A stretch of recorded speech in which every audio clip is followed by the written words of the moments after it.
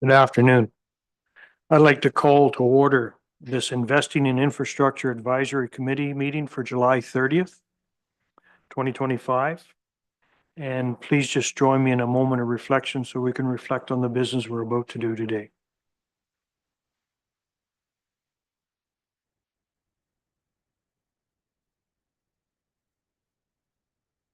Thank you. Now, is there any disclosure of pecuniary interest and general nature thereof? Seeing none, anybody can declare at any time. Feel free to do so. Public participation. Members of the public are encouraged to provide the committee with their comments and questions. Presentations must be prearranged with legislative services before the agenda is released. Members of the public who wish to make a deputation about a specific agenda item at the meeting must register in advance with legislative services by 4 p.m. on July 29th, 2025 by contacting clerk@meaford.ca or 519-538-1060, extension 1110.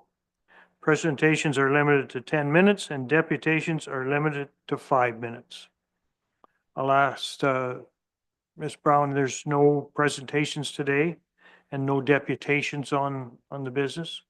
So we can advance right into number 5, approval of the minutes.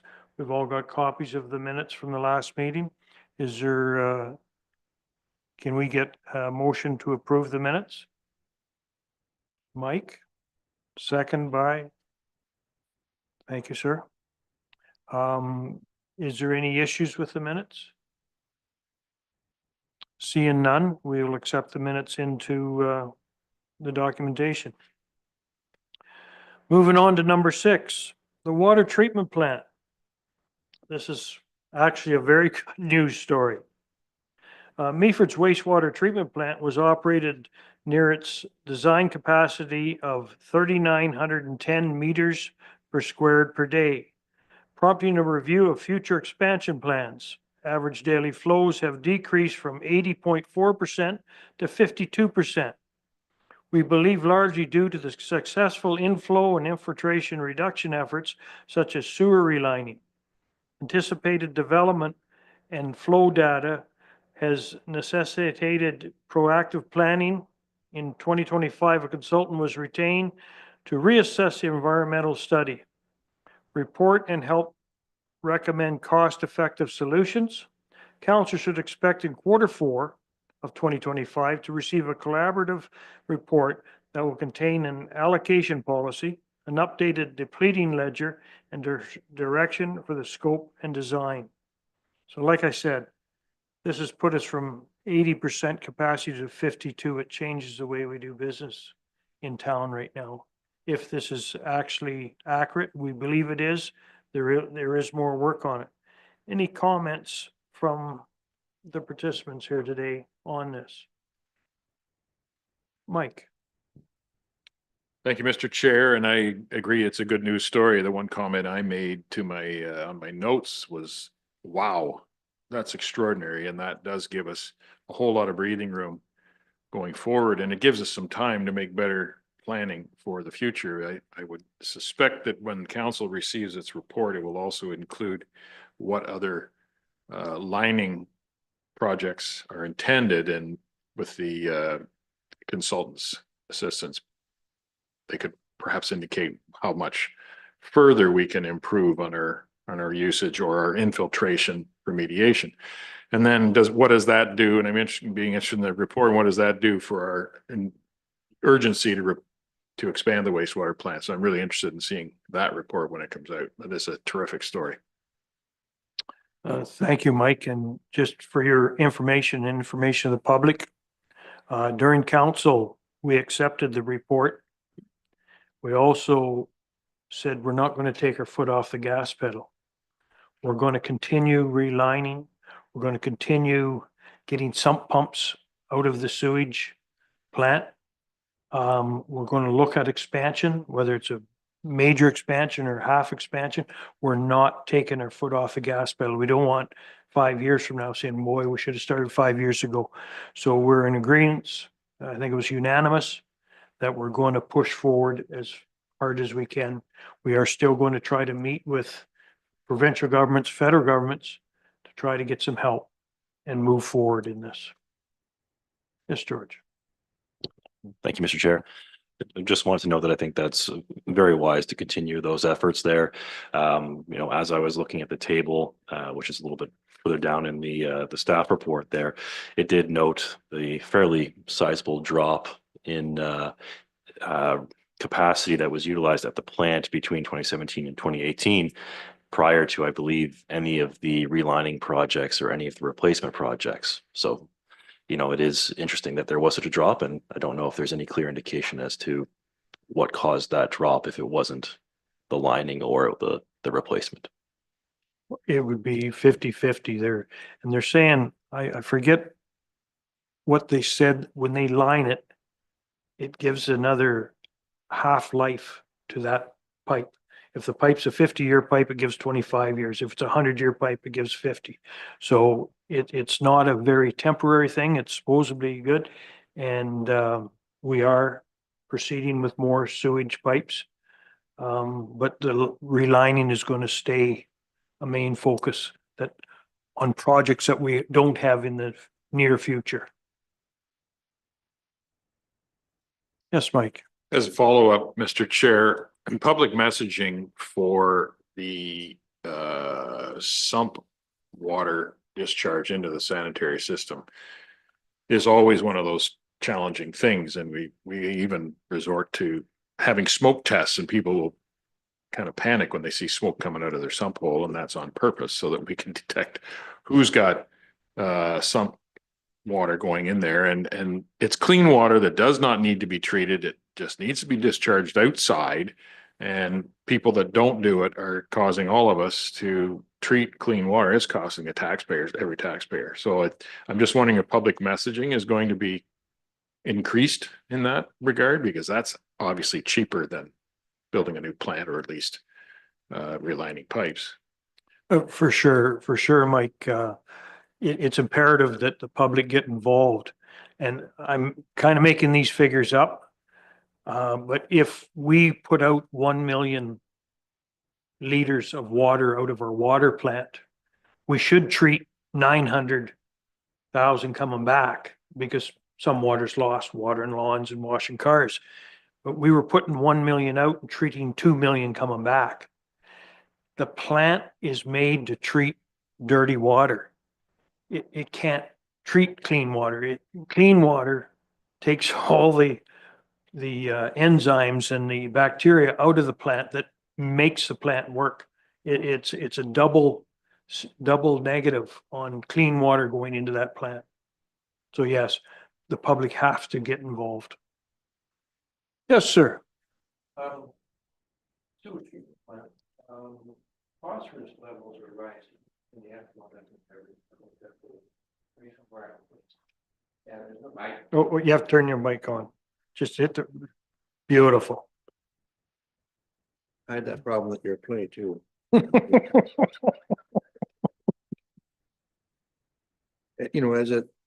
they concentrate the sewage, the levels go up, and everything's okay for the BOD and suspended solids, but the phosphorus is inching up, and it's been past the it hasn't been in non-compliance, but it's inching up there, and it hasn't been in the past. So that's one issue that will happen when you take out the stormwater.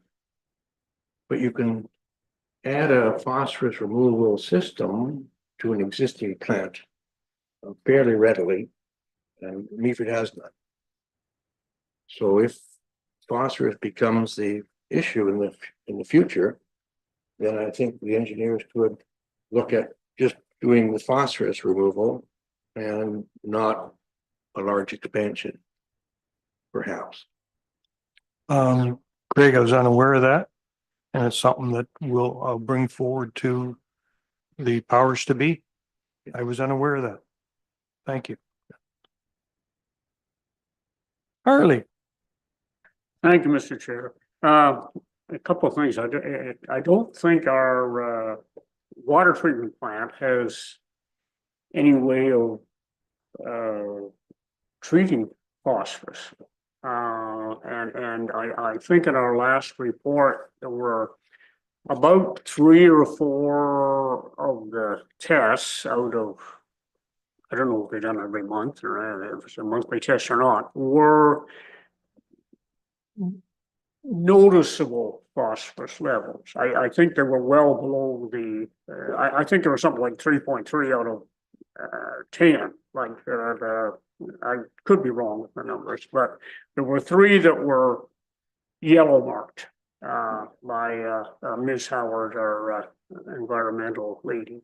So, but no, phosphorus is something that we haven't had a handle on in the past. The other thing I just wanted to mention, we do have extensive works planned for Trowbridge Street, all the way from Sykes to the Owen Street corner. And hopefully by replacing undergrounds there, that should, I expect there are deficiencies in that three or 4 blocks, right? So that may also help with the downward trend at the wastewater. Thank you, Harlan. Yes, Mike. Thank you, Mr. Chair. I'm just need an explanation on the phosphorus issue. The source and the result of having too much phosphorus. If you could just educate me on that, if you don't mind. Well, phosphorus, I did a lot of work in sewage treatment, manufactured sewage treatment equipment for individual systems and small villages. Phosphorus is a limiting nutrient for fresh water. So there's carbon, nitrogen already there, and then you add phosphorus and you get algae. In the ocean, it's carbon and phosphorus are there. You add nitrogen, it blooms. So they keep nitrogen out. We keep phosphorus out of fresh water. And we're probably the only town on Georgian Bay that doesn't have phosphorus removal. Certainly in the southern, Lairton has it, Collingwood has it, even Thornbury has it. And so I'm surprised it's not required, but we shouldn't put it in the records, but it will come out in the near future, I think, required. But you can add alum, typically, aluminum sulfate, I think it is. Coagulates, attracts the phosphorus and settles out, and they collect that and ship it somewhere else. So it doesn't go into Georgian Bay. You can add iron instead, and that does the same job. But it's a matter of getting a tank, adding something to it, and mixing it, and then separating it. So you can add on that. Thornbury, for instance, in their lagoon, just they go around on a motorboat, add alum, and they stir it up, and then it settles down. Thank you, Craig. Yep. Am I going down the wrong road when I say phosphorus is a derivative of phosphates in laundry soap? Not anymore. It's in urine, mainly urine. Urine is the fertilizer. It's got NPK in it. It's got about 80% of the nutrients in sewage is just from urine. And then the rest is from feces. I think the commercial dishwashing detergents have phosphorus in them still, but not residential. Okay, thank you, sir. Just turn your speaker off. Anything else on that subject or anything? Yes, Holly. Thank you, Mr. Chair. I thought I'd take the opportunity to introduce myself to the whole of the committee formally. So my name is Holly Maroney. I'm the Senior Communications Officer. I'm sitting in for the Acting Director of Operations, who's just on vacation this week and sends his regrets. But Mike, I'm glad that I'm in the room to potentially answer some of your questions just around that public education element. So it is something that actually the manager of environmental services and I were speaking about yesterday. And we will be having those discussions in the coming weeks and months, really on how we can look to educate the public and talk about how their small change in how they live their daily lives could have a larger impact on the community. So thank you. Thank you, Holly. Thank you, Holly. Having said that, we're going to move on to B. B is a proposed telecommunications facility. Now, the committee of the whole recommend council, this is from our council meeting of the municipality of Meaford, support for issuing a statement of municipal concurrence for the installation of a new telecommunication facility at 065-310 Forsyth Road to provide internet service to the community. Over and above all the high fiber that's going in, this will be from a tower. Exploring is putting that in. I think every little bit can help. Is there any comments from the community here? Mike? Thanks, Mr. Chair. Yeah, anytime you can improve communications to our rural areas is a real plus, and this is in a very much an agricultural corner. And I looked at this and where it's going. I still wonder, I'm not trying to be negative Nelly here, but it's a 75-meter tower, I think, which may still shadow a little bit into Meaford because it's so far back. And this was the challenge that Rogers has always had, is shadowing. They can't get through the escarpment, but it will do a great job for that immediate neighborhood. And I'm not sure how they will provide the internet, what their method of disseminating the signal that they're going to receive, whether it's point-to-point wireless or whether they're going to pull fiber. I'd like to know more about that. But I do really think this is a great opportunity for those folks who've been suffering from poor communications, internet particularly. So I applaud this. Thank you. Yeah, so question was asked, what is infrastructure? Communications is definitely infrastructure, and the more we can get it, the better. There's so many spots in the municipality that cannot get it, and the more the better, and it's a fantastic thing going forward. Yes, Eric. Thank you. I'm an ExploreNet user myself, and I'm just looking at the geography. I don't think it would benefit me too much because of the escarpment, but presuming that everybody in the sort of surrounding area that might have their probably well appreciated view changed, as long as they're relatively okay with it, I would say absolutely go for it, because it's going to be beneficial to them and everybody else if everybody in the municipality is well connected. So. Yes.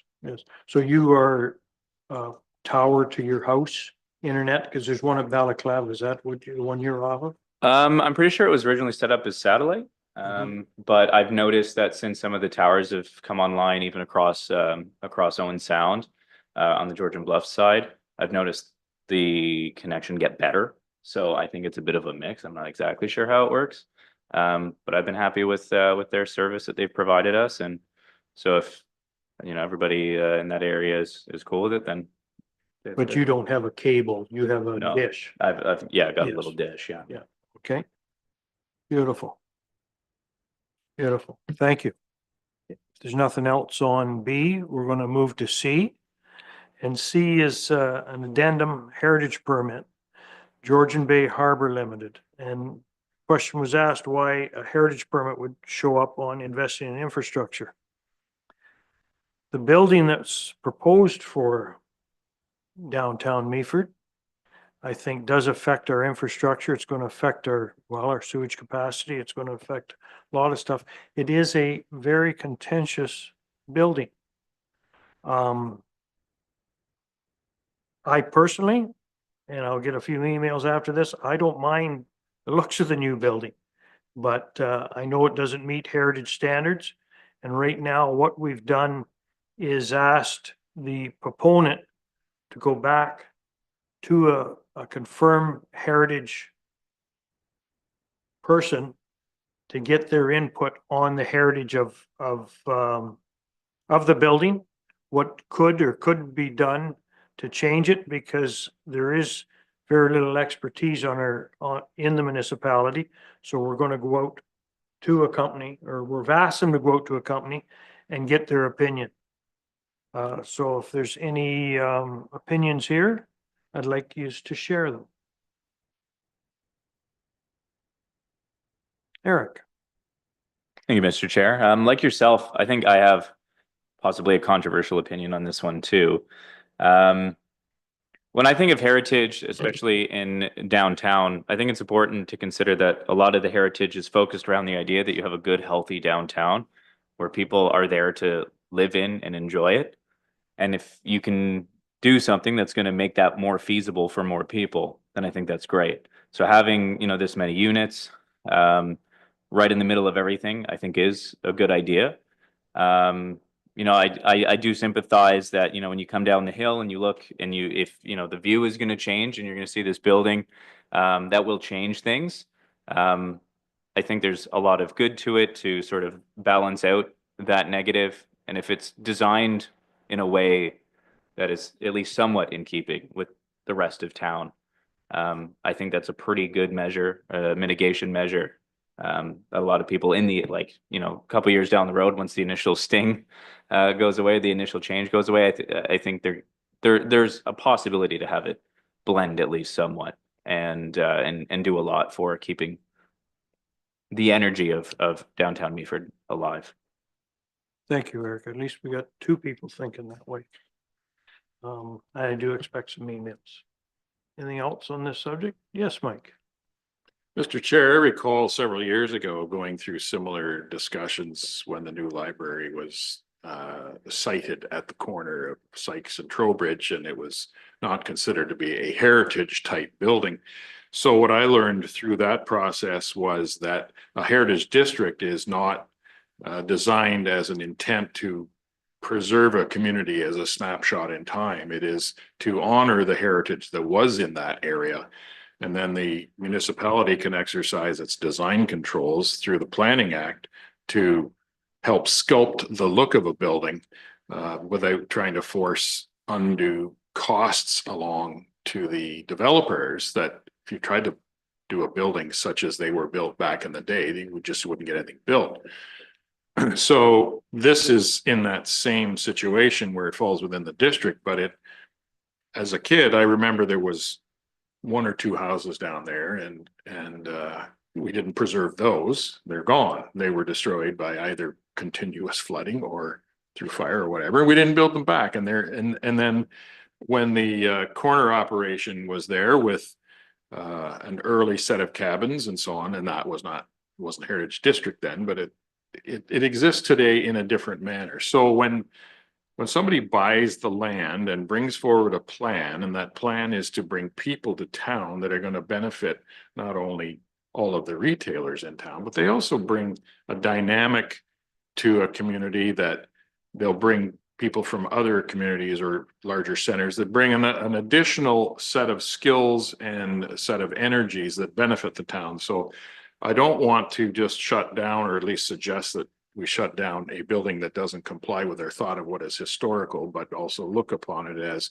well, let's find the medium ground here. So I did have a problem with the 5-story massing at the side of the library, and I appreciate the plan how they have stepped it back, and it doesn't make this huge massing, shadowing kind of building. But talk about a benefit to the entire downtown and creating what was a piece of vacant land into a real good taxpayer. I think it's good for the town. Thank you. Appreciate your comment, Mike. Yeah. Yes, sir. My household is divided on this. My wife doesn't like it because of the traffic and the height. I like it. I like your opinions there about having people downtown, walking distance to the downtown, because that's the heritage. Sykes Street is a beautiful street, but it has to be kept up, and sometimes it's not necessarily.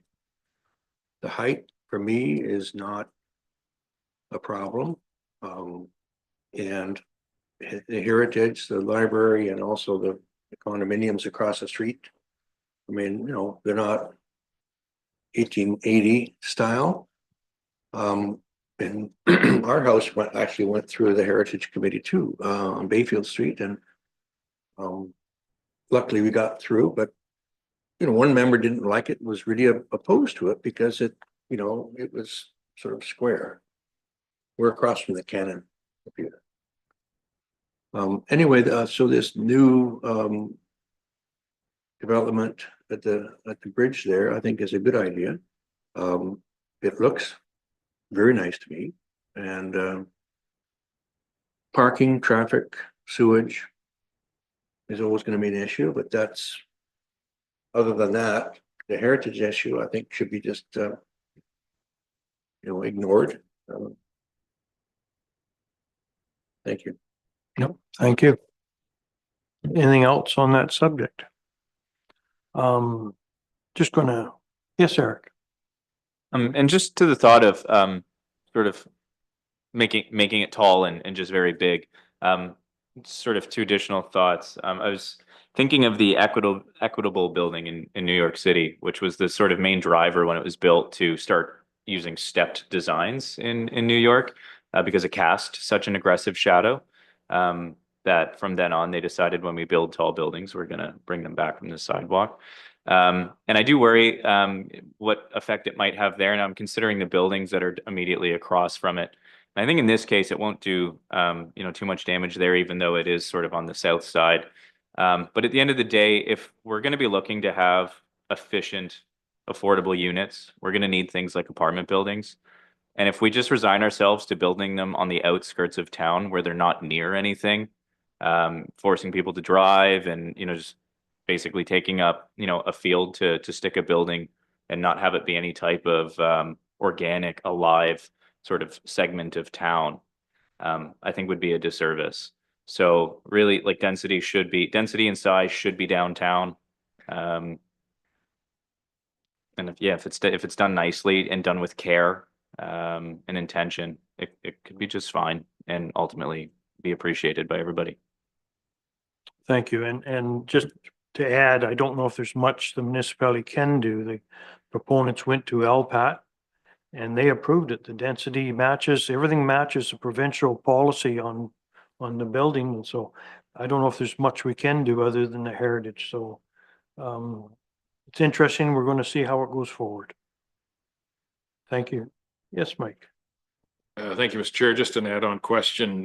Within the report, it talks about improvements to Berry Street as a public trail. So Berry Street is that great drop off where we used to ride our bikes with our fishing rods over our back to go down and get along the river there. And I think there's sewer lines under that unopened road allowance called Berry Street. People come around it, of course, because anyway, as a trail, but also we have to be aware that there's infrastructure under that Berry Street.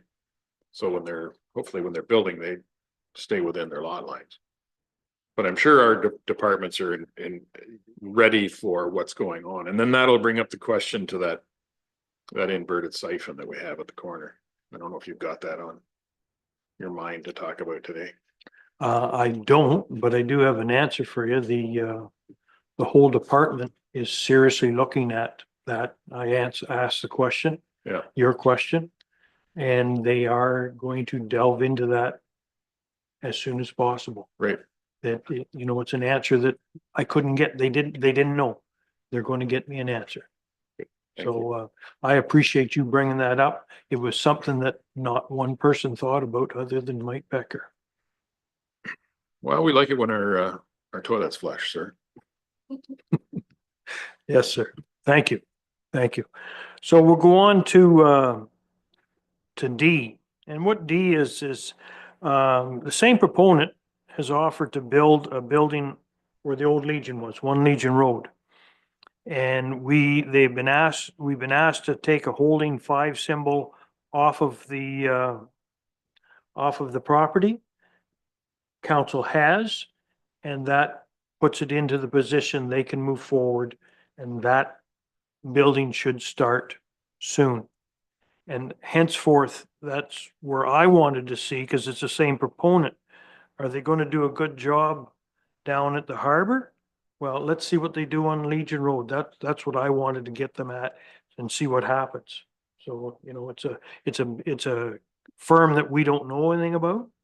And this would put us in a position where we say yay or nay on the next one, but I'm really pleased that this can move forward now. We'll see how that happens. Any comments on One Legion Road? Yes, Mike. Thank you again. One Legion Road, or Legion Road in its entirety, I understand there's a pretty small servicing in there that may not be adequate for another couple of 5-story buildings. And do we have a timeline for when our servicing will be improved to accommodate the units that are being built here? Mike, I'm not sure, and I don't think anybody here today could answer that, but I will go to the correct department and I'll try to get an answer for that. Yes, Harley. Thanks, Mr. Chair. Through you to Mike, this is another 5-story building. I think the original plan called for something like 140 units, like it was a lot of units. I'm not sure whether they were 1, 2, 3-story bedroom or just what all involved. I don't think we have seen any plans since the original ones. But yeah, it's interesting now. This is just coming back to the public, but so far we haven't had near the comments, the negative comments about this project. It's block and a half from Main Street, and maybe that's the difference. I don't know. It does have one level of underground parking plus some parking outside. At least that's how I remember the original plan anyway. So, and it's actually two units with a drive-through, and then they become interconnected as the higher up they go. So it's an interesting piece of structure, and whether the newer latest plan has changed much, I guess we'll just have to wait and see. Thank you, Harley. And this goes right back to Craig and Eric's thoughts on density downtown. I think it's a big plus, and open to any other comments. Yes, Mike. I think under the Planning Act, at least from the provincial perspective, it is saturate your built infrastructure. That is, do that. And then from the walkability perspective, for people to not need a car to go and do what they need to do their banking or do their shopping and so on. It really scores points in that regard as well. It's close. If there is one comment that I could make about it, is why isn't anybody talking about its appearance? From what I saw online, it looked really square and uninspired. And is there, we worry about the Heritage District, and while it's outside of that, but does everything else have to be ugly then? Could we get some design on it? Actually, I haven't looked at the design for 2 years now, but And maybe it's only preliminary and not final, and yeah, I don't know, but that's the one word I put down. It just looks like barracks. well, we look forward to the new plan coming forward, because they do have to bring a plan forward.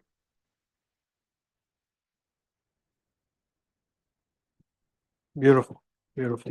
Sorry, Mr. Chairman, did you say that it was the same same developer as the bridge at That is correct. Legion? Okay, And I haven't seen the Legion structure either, but if they do a good job down the bridge, I mean, they can just do the same type of thing and make it look good. I would have to think they're gonna start the Legion Road first, because it's 2 or 3 years been in the works longer than the Trowbridge Street one.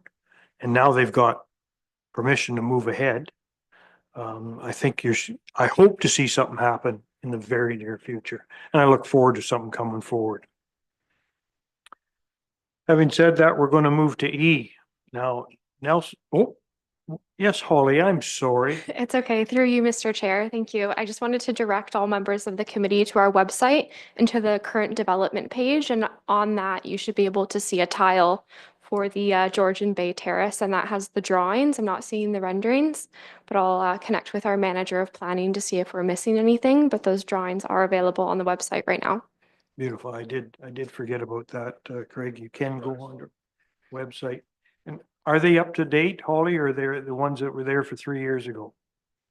What I am seeing is a site plan approval from May 10th of 2023 is Okay. the most up-to-date file Okay. on that page. Yeah, I think that's newer than the one I looked at, but I'll go in and have another look at it.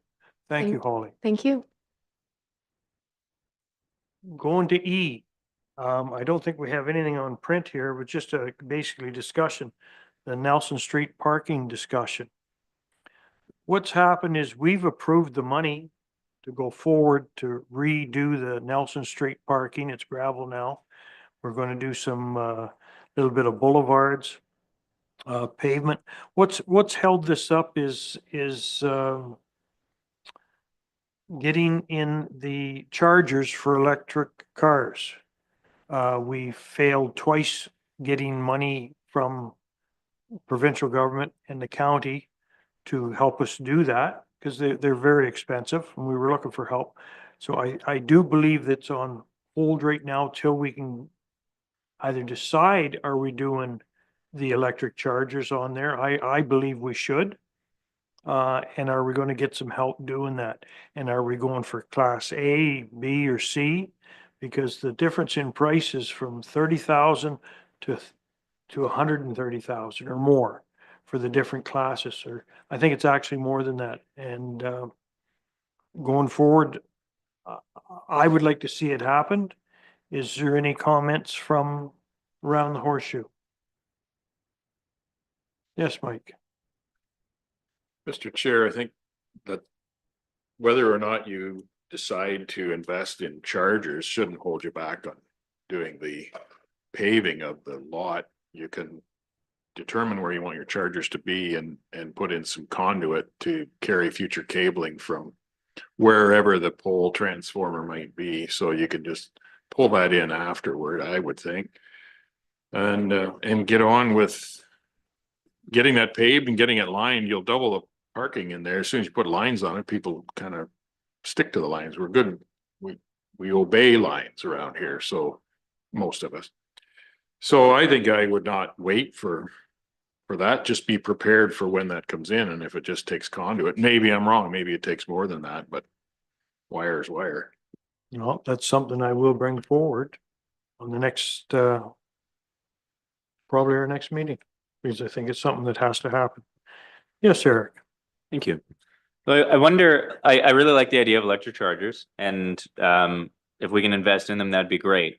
Though I'm wondering if we're going to be seeking funding and going through the whole process to be able to install them, if it might not be worth considering somewhere else that's sort of closer to downtown, because if people are going to come through town and charge their car, it might be sort of a all around better benefit if they're able to just get out of their car and walk into one of our lovely coffee shops or something, restaurants or something like that. It's not very far, but I can imagine that, you know, some people are going to think it is, and they might not get the use that we would hope for given the amount of investment compared to if they were somewhere else.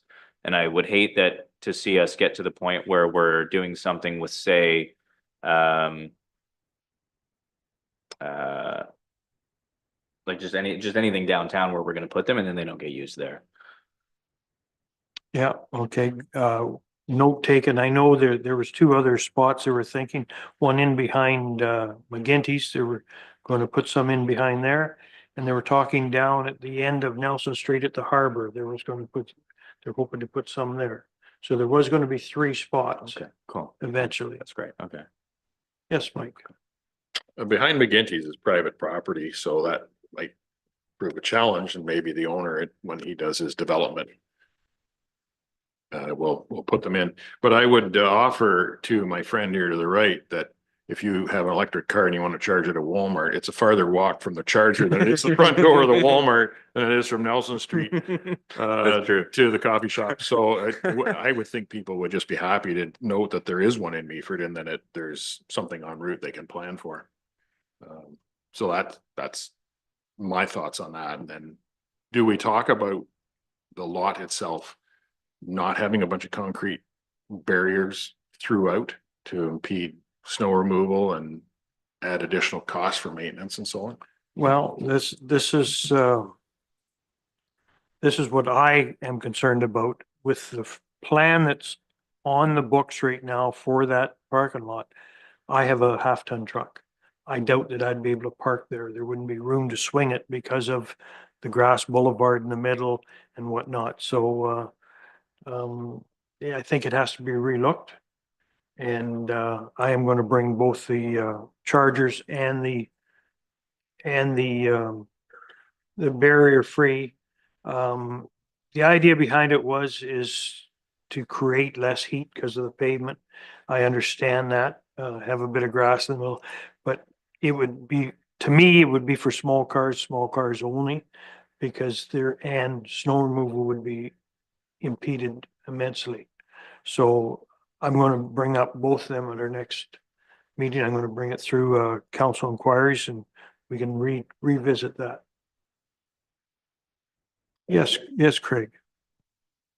Just a comment, my personal view is that the municipality shouldn't get into a kind of a retail business. Charging should be left to private industry, just like gas stations are.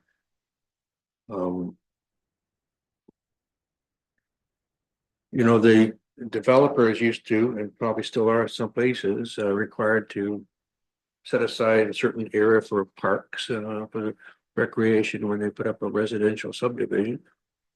Might be able to ask some of the developers to, set up some chargers in their parking on the service at their own places, but also, find some place in town where you can, behind McGinty's where it's private property and you can get somebody there to service electric cars. But, municipalities aren't set up for retail. So I'm sort of against that. Right. Right from the start, I guess. Totally understand. The biggest thing that I want is if you go on to the internet and you have an electric car and you want to see where to charge, it tells you Owen Sound, Collingwood, doesn't say Meaford. You would have no reason to stop in Meaford. If it was on the program on the internet, we have chargers in Meaford, then the people may stop to charge the car and spend some money downtown is the reason I was doing it. So note well taken, but whether we should be in business, I forget, it's been about a year since we talked about this, whether we were going to be the owners of the chargers or a company was going to be the owner. I think there was another company going to do the charging and do all the money aspects. We were just going to supply the infrastructure to get them started. Not sure, but again, that's something else I will bring up. There's nothing else? Committee inquiries. Is there anything this committee would like to ask about and we could put on our next agenda? I don't think we have the staff here right now to answer questions. We can try. Holly knows everything. But I don't want to put her in the spot. Yes, Craig. No, microphone, Craig. Thank you. With all the development coming into town over the next 5 or 10 years, I think we need a bypass around Meaford to keep trucks going through Sykes Street and people who don't want to get stuck in traffic going through Sykes Street, they can go around. I'm just wondering if there must have been some idea of this, over the years. But it's infrastructure and I think it would help us a lot and keep the town like more of a town rather than just a busy thoroughfare. If we had some kind of a bypass, maybe past Harley's place or something like that. We could maybe put this out to some staff because we have discussed it and then everybody was split on it.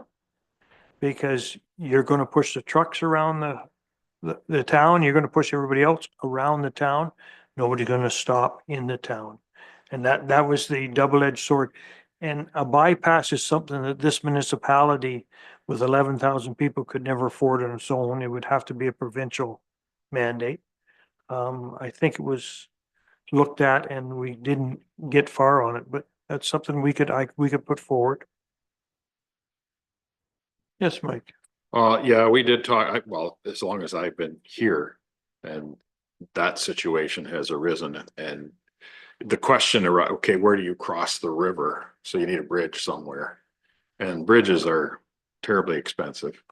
And then farther south you go, then you end up at County Road 40 and well, there's a bypass, the trucks would go there and they could, but they don't. Or they do and they have somewhere specific to go. But as far as trucks being the delivery of all products almost to the door now, you would see some reduction, but you'd still have a lot of trucks coming through town because they're all delivering all the goods and supplies and so on.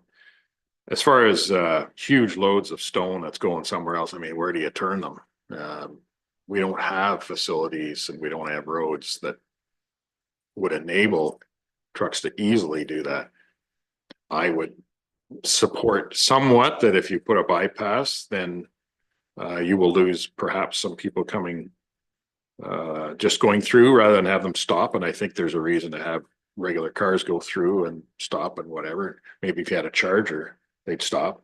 But it is really a tough question. And if you make a bypass, you ask all the towns what happened after the bypass, and they either survived or they didn't. And I think we'd survive because we have a lot going for us and a lot of draws to the downtown. But as far as moving the trucks, I think the cost would be, I don't think the juice is worth the squeeze.